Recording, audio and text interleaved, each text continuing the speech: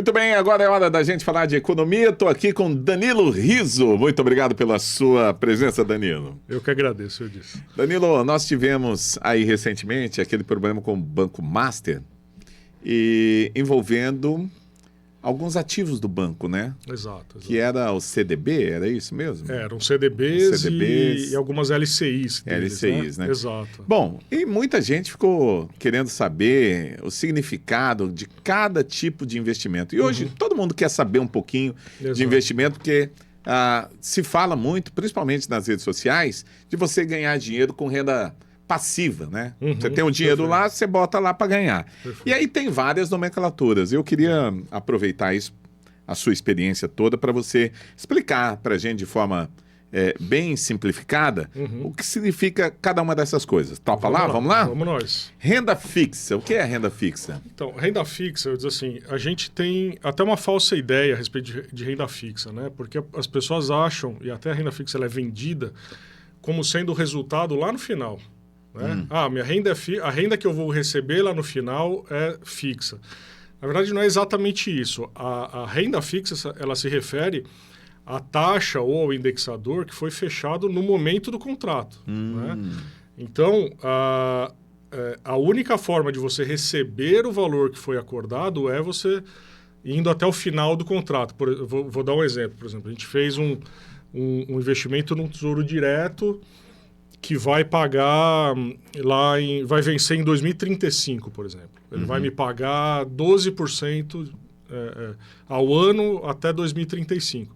Se eu levar até 2035 esse título, ele me paga 12% ao ano. E aí constitui-se a renda fixa perfeita. Eu sei o quanto eu vou receber lá no final. Mas se você tirar esse dinheiro antes... Aí tem uma brincadeirinha do mercado que chama marcação ao mercado. Então, por exemplo, vou dar o mesmo exemplo. Compramos um título para 2035 a 12% de juros.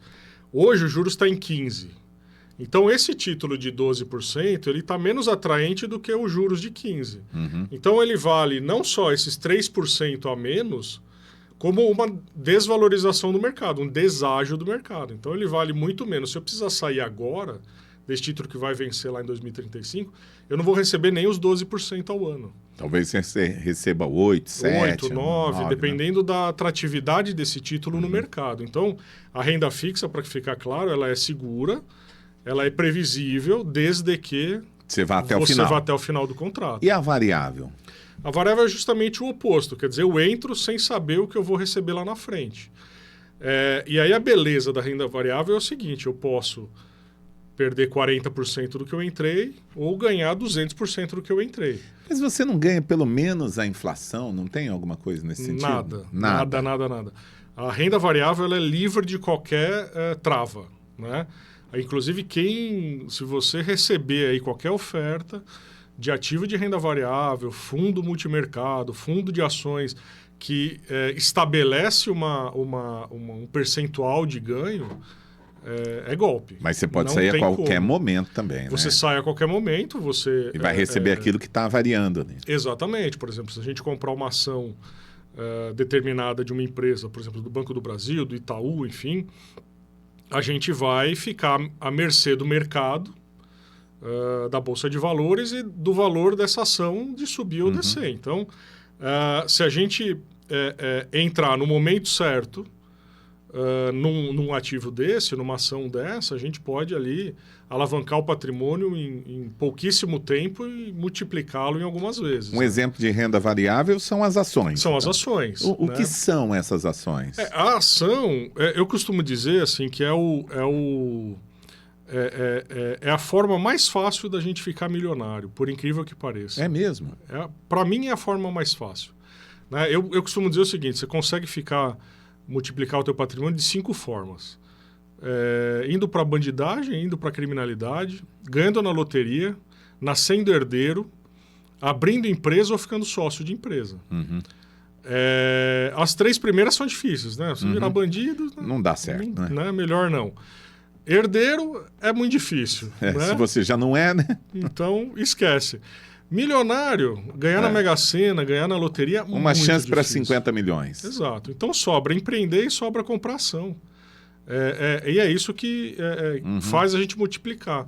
patrimônio. Então, a ação nada mais é do que você comprar uma parte de uma empresa que muitas vezes a gente não poderia comprar, por exemplo, o Banco Itaú, que hoje é a empresa mais valiosa do país, a Vale, a Petrobras... Enfim, e quanto mais ela valoriza, mais você... Mais a gente ganha, porque a gente tem um percentual disso. E ainda essas empresas que eu citei, enfim, são empresas muito grandes, elas ainda pagam dividendos, ou seja, então elas distribuem o lucro? Elas distribuem o lucro, elas devolvem para a gente, como nós somos acionistas, cotistas, sócios da empresa, elas devolvem para a gente a parte equivalente a parte do lucro equivalente à nossa participação. Né? Então, isso feito a longo prazo, de uma forma disciplinada, de uma forma estruturada, muda o patamar de patrimônio de qualquer pessoa. E aquele produto lá do Banco Master, o CDB? O CDB, né? Não é só do Banco Master, né? Não. Todos os bancos têm. O CDB, ele foi até interessante esse caso, porque ele foi criado para ser uma alternativa à poupança. Então ele é um produto tão seguro quanto a poupança, porém que rende mais. Né? Ele tem algumas variações, porque a poupança ali ela tem uma legislação que trava a rentabilidade dela e tal. E o CDB não, ele é um produto privado livre. Então ele é extremamente seguro e paga mais do que a poupança. Então ele seria, para uma pessoa que quer ali, pensa em sair da poupança, o CDB seria a primeira opção. Né? E o que acontece? Você pega o teu dinheiro, você empresta para o banco emprestar para alguém. Essa transação entre o banco emprestar o seu dinheiro para alguém, ele vai ganhar um valor, 1, 2, 3, 4% ao mês. Parte desse valor ele vai te remunerar porque você emprestou o dinheiro para ele. Então, assim, não é uma forma de multiplicar patrimônio, de alavancar patrimônio, mas é uma forma segura de, pelo menos, você não ter a perda do poder de compra do teu dinheiro perdendo para a inflação, por exemplo. Normalmente um CDB bate a inflação até com relativa folga e dá para ganhar aí no líquido 2, 3, 4% ao ano. Né, só não invista mais que R$250 mil, porque depois dessa situação do Banco Master... Fica o aprendizado. Fica o aprendizado. Né? É bom a gente falar a respeito do FGC. O FGC ele nunca foi, eu disse, a intenção dele nunca foi ele ser um atrativo de marketing para você vender um produto financeiro. Né? Hoje, você entra em qualquer aplicativo de banco, tem lá, invista no CDB do Banco X, que é garantido pelo FGC. O FGC ele é aquele botão de emergência. É o último recurso, né? É o último paraquedas. Quer dizer, ninguém quer que o banco quebre para você ter que acionar o FGC, entende? Porque a quebra de um banco, e como a gente está vivendo agora do Banco Master, desestrutura e desestabiliza todo o sistema financeiro. Então, é interessante, obviamente, que os CDBs, as LCIs, LCAs, elas tenham essa cobertura do FGC até R$250 mil por CPF, mas, como eu falo para os meus clientes, vale muito mais quem é o emissor do título ou do produto do que necessariamente se ele é coberto pelo FGC. Porque o estresse que você passa, a preocupação que você tem de saber se a instituição que você colocou o dinheiro no dia seguinte vai abrir as portas e funcionar, não vale a eventual remuneração que você vai ter, né? E foi o que aconteceu com o Banco Master, né? Bom, CDB, então, é título emitido pelos bancos. Imagino que o Tesouro Direto seja emitido pelo governo. Pelo governo. Basicamente a mesma coisa. Só que o garantidor é o governo. É o governo. Enquanto no CDB você entrega para o banco fazer o que ele quiser, no Tesouro Direto você entrega para o governo e o governo faz o que ele quiser com o dinheiro. E as debêntures? A debênture é a mesma coisa, só que o intermediário é a empresa. Então você empresta o seu dinheiro para uma empresa, desde que ela não seja um banco, e ela faz o que ela quiser com aquele dinheiro. Mas qual empresa pode fazer esse título? Tem algumas empresas específicas, né? Existem alguns critérios que a CVM e o Banco Central exigem, né? Então, não é qualquer empresa que consegue emitir. Tem que ter garantias, enfim. Ela tem que ter garantias, ela tem que ter um nível de governança mínimo, que é avaliado pela CVM e pelo Banco Central. Seria mais ou menos o seguinte, eu disse... imagina que para você listar a sua ação na Bolsa de Valores, né, para sua empresa ter ações na Bolsa de Valores e ser comercializado, você cumpre vários critérios, né? Governança, garantias, aval bancário, uma série de coisas. Quando você vai emitir uma debenture, é o mesmo nível de critério, só que não necessariamente a sua empresa precisa estar listada na Bolsa. Né? Então, mas precisa ser uma empresa de tamanha robustez, de controle, de garantias, para ela ser habilitada. Inclusive, a intermediação da venda das debêntures é feita por uma instituição financeira e essa instituição financeira entra como garantidora também. Né? Ah, sim. Então, ela também faz avaliação sobre a saúde dessa empresa. Então, para a gente resumir, Tesouro Direto, você pega o seu dinheiro e empresta para o governo. CDB, você pega o seu dinheiro e empresta para o banco. Debênture, você pega o seu dinheiro e empresta para a empresa. LCI e LCA a gente ficou sabendo agora recentemente porque o governo quis taxar, né? Exatamente. Então a gente ouviu falar bastante. Mas o que é? São as letras? São as letras de câmbio, né? Então, assim, as letras de crédito, desculpa. Na debênture a gente consegue, a gente faz o empréstimo para uma empresa. O que não entra em debêntures? As empresas, as financeiras, os bancos, as fintechs, enfim, né, as cooperativas de crédito, porque se for essa empresa que está emitindo, ela vira um CDB. E também não são classificadas como debêntures as empresas relacionadas ao agronegócio e ao mercado imobiliário. Essas são as LCIs e LCAs. Elas têm o seu título próprio. Porque qual que é a ideia?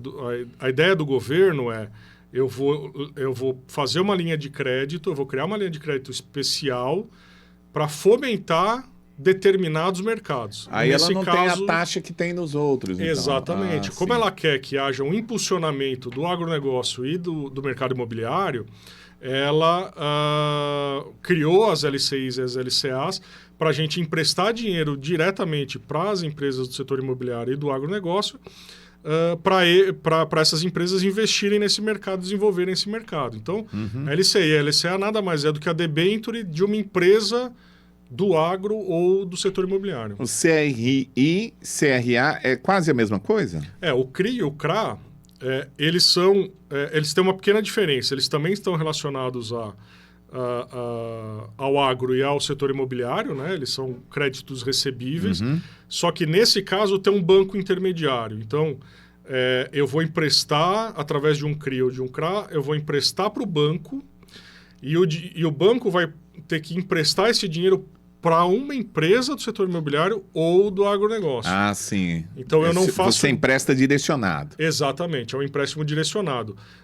As empresas do setor do agronegócio ou imobiliário, eles têm acesso ao banco e o banco tem esse fundo gerado pelos aportes em CRIs e CRAs.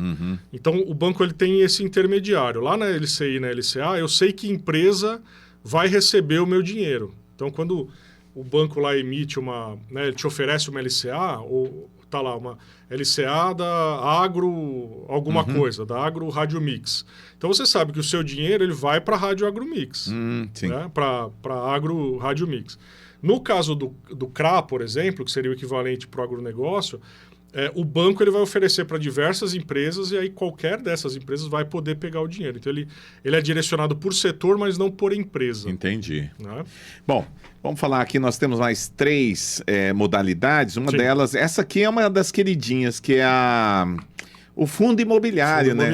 Esse é legal porque você meio que compra um imóvel, né? Exatamente. E recebe o aluguel dele, é isso? A parte do aluguel? Uma parte do aluguel, né? Lembra que quando a gente comentou sobre ações, a gente vira sócio da empresa e aí a empresa paga o lucro, repassa para a gente o lucro equivalente à nossa participação. No caso dos fundos imobiliários, é basicamente isso. Quer dizer, a gente tem uma empresa que ela tem uma excelência na administração de imóveis de logística, galpões, enfim... centros de distribuição, ou de shopping, ou lajes corporativas, ou condomínios residenciais. Hoje a gente tem, por exemplo, o nosso mercado de fundo imobiliário está tão desenvolvido que a gente tem até alguns FIIs de cemitério. Olha que interessante. E aí o que acontece? Você entrega o seu dinheiro, né? Você vira sócio de uma empresa que tem uma gestão excelente no mercado imobiliário. Administra para você aquele empreendimento, então você é dono de uma fração, e o aluguel ela te remunera. Né? Os fundos imobiliários hoje mais robustos, mais bem geridos, chegam ali a remunerar 0,7, 0,8 ao mês, né, do valor que você investiu. Os fundos um pouco mais agressivos, às vezes com menos imóveis e coisa e tal, chegam a remunerar até acima de 1% ao mês. Isso livre de imposto de renda. Então, se a gente for pensar que o mercado que o fundo imobiliário ele quer atingir é justamente o mercado imobiliário, pensa que, por exemplo, você tem um apartamento alugado a 0,5% ao mês, né? Sendo que... E aí aqui você tem que declarar imposto de renda, você tem questões com inquilino, né? Manutenção e tudo mais. E aqui você tem uma empresa de uma gestão excelente, com um imóvel provavelmente melhor que o seu, te pagando 0,8 para você ficar em casa sem fazer nada, sem receber ligação do inquilino porque estourou o cano, ou o vizinho está reclamando ou qualquer coisa. Então, é um produto negócio, maravilhoso, né? É um produto maravilhoso. E as ETFs? ETFs também é um produto interessante. O ETF, ele replica um índice, né? Ele é um fundo que replica índices. Então, por exemplo, a gente tem o índice da nossa bolsa é o Ibovespa, né? Todo mundo já deve ter ouvido falar. Sim. Né? A gente usa a sigla IBOV para se referir ao índice Ibovespa. Quando a gente vai falar de ETF, a gente tem o BOVA11. O que é o BOVA11? Ele é um fundo de investimento que replica o desempenho do Ibovespa. Então, eu coloco dinheiro no BOVA11, nesse fundo nessa ETF. Conforme o índice caminha, valoriza ou desvaloriza, o meu dinheiro também valoriza ou desvaloriza. Nesse momento nós estamos perdendo, né? Depende de quando entrou. A gente está hoje, esse ano, a gente está no positivo, né? A Bolsa... Está negociando a quantos mil pontos normalmente? A gente está a mais de 155 mil. Então tá bom, subiu, né? Bem. O próximo da fila, eu tenho até falado com os clientes, na minha percepção, e eu gosto muito de operar as ETFs, é o Small 11. O que é o Small 11? O BOVA, né, o Ibovespa, para a gente explicar, o Ibovespa ele é o índice das principais empresas da Bolsa. São ali 40 e poucas empresas, que são empresas grandes, a gente chama de blue chips. Né, o nome comercial, que é usado, né, na Bolsa Americana. As small, o índice Small 11 é o resto. É o que a gente, né, que são as small caps que a gente chama. Então são as empresas menores, com menor faturamento e coisa e tal. E esses índices, eles costumam andar meio que juntos, né? E quando você vai avaliar o Ibovespa e o índice de small caps, o Ibovespa foi embora, muito dinheiro entrando nas empresas grandes brasileiras, e o índice de small caps ficou, porque normalmente são empresas... Que tem pouca movimentação, né? Nem tanto isso, mas elas são muito afetadas pelos juros, por taxa de juros. Então, a tendência é que, com a queda de juros, esse índice de small caps e aí o ETF Small 11 tendem a caminhar bastante nos próximos meses, né? Mas o ETF é interessante porque, por exemplo, eu não gosto de operar Bitcoin, por exemplo. Mas na Bolsa tem 3 ou 4 ETFs que replicam Bitcoin. Eu fico muito mais seguro, é um ativo dentro da Bolsa, eu não preciso me preocupar. Mas que acompanha o Bitcoin. Acompanha o Bitcoin. Tem alguns que acompanham o Bitcoin e o Ethereum. Né? Eu tenho, por exemplo, um ETF Gold 11, que ele vai buscar a variação do valor do ouro. Então, eu quero investir em ouro, mas o ouro é muito caro para você ir lá comprar a grama do ouro. Compro o ETF. Tem ETFs, por exemplo, que replicam o índice das empresas que pagam os melhores dividendos da Bolsa. Então, eu vou lá e compro eles. A Bolsa Americana, em vez de você ter uma conta, por exemplo, num banco americano, numa corretora americana, você tem ETFs aqui no Brasil que replicam os índices americanos. Inclusive, e aí é uma novidade desse ano, olha que interessante, os ETFs estão começando a pagar dividendos agora. né? Porque como eles são fundos, eles também eles geram lucratividade. Geram lucratividade e eles estão começando a distribuir para os acionistas. Então imagina você ter, por exemplo, você tem na sua carteira um ETF que replica a Bolsa Americana explode de valorização e você ainda recebe dividendos em dólar por isso. Então é fantástico, né? Hoje na nossa bolsa a gente tem até, por exemplo, ETF da Nasdaq, a gente tem ETF de ações chinesas, né? Está em discussão, eu não sei se já está funcionando, mas ETF da Bolsa Argentina, que acompanha arroba de boi, que acompanha a saca de milho. Acompanha vários índices. Vários índices. O que você quiser, você consegue se expor. Bom, para encerrar, as chamadas BORs, que chama? As BDRs. BDRs. O que é a BDR, né? Para evitar que a gente vá para o mercado americano, abra conta e opere as ações do mercado americano, criou-se esse produto, que são as BDRs, que é um certificado que equivale a uma ação nos Estados Unidos, né? Então, você quer... A gente fala, né? Falou-se muito aí no ano passado, no início desse ano, de dolarizar o patrimônio. Né? Não, mas o que é dolarizar o patrimônio? É você investir em ativos que não sejam nacionais, não sejam lastreados em real. Então, as BDRs permitem isso. Você está dentro do ambiente da Bolsa de Valores brasileira, só que você está investindo no Google, na Apple, na Nvidia, né, que foi a grande estrela desse ano. As fintechs também tem isso, né? O C6, não sei se... O Nubank hoje... tem, porque, né? assim... você pode... Quando a sei empresa que vai... O C6 tem uma conta em dólar, por exemplo. A conta... hoje, todas as corretoras, os bancos, elas oferecem a conta internacional, né, como eles chamam, né? Mas...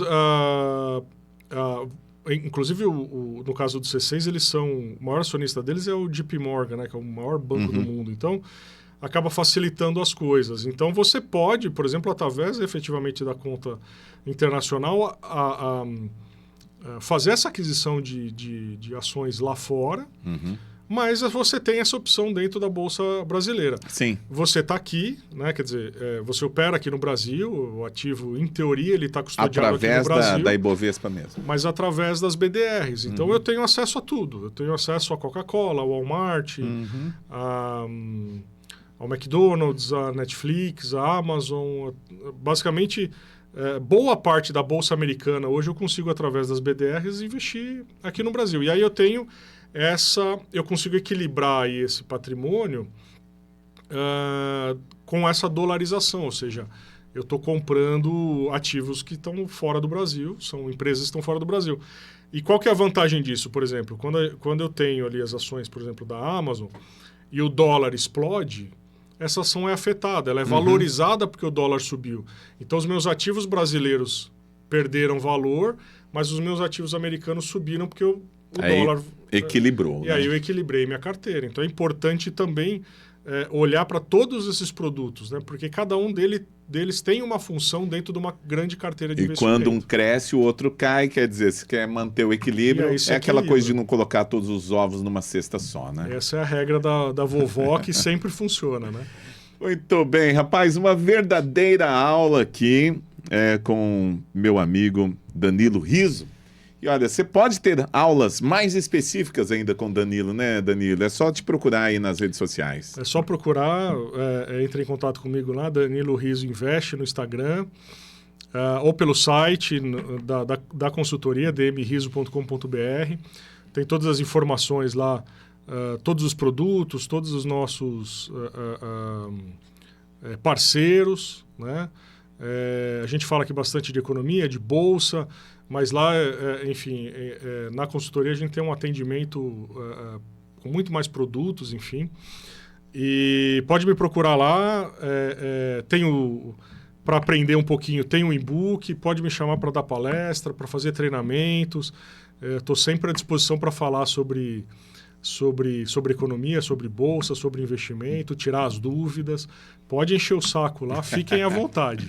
Muito bem. Danilo Riso, muito obrigado pela sua presença. Obrigado, eu volto já com mais um assunto aqui no Jornal da Mix.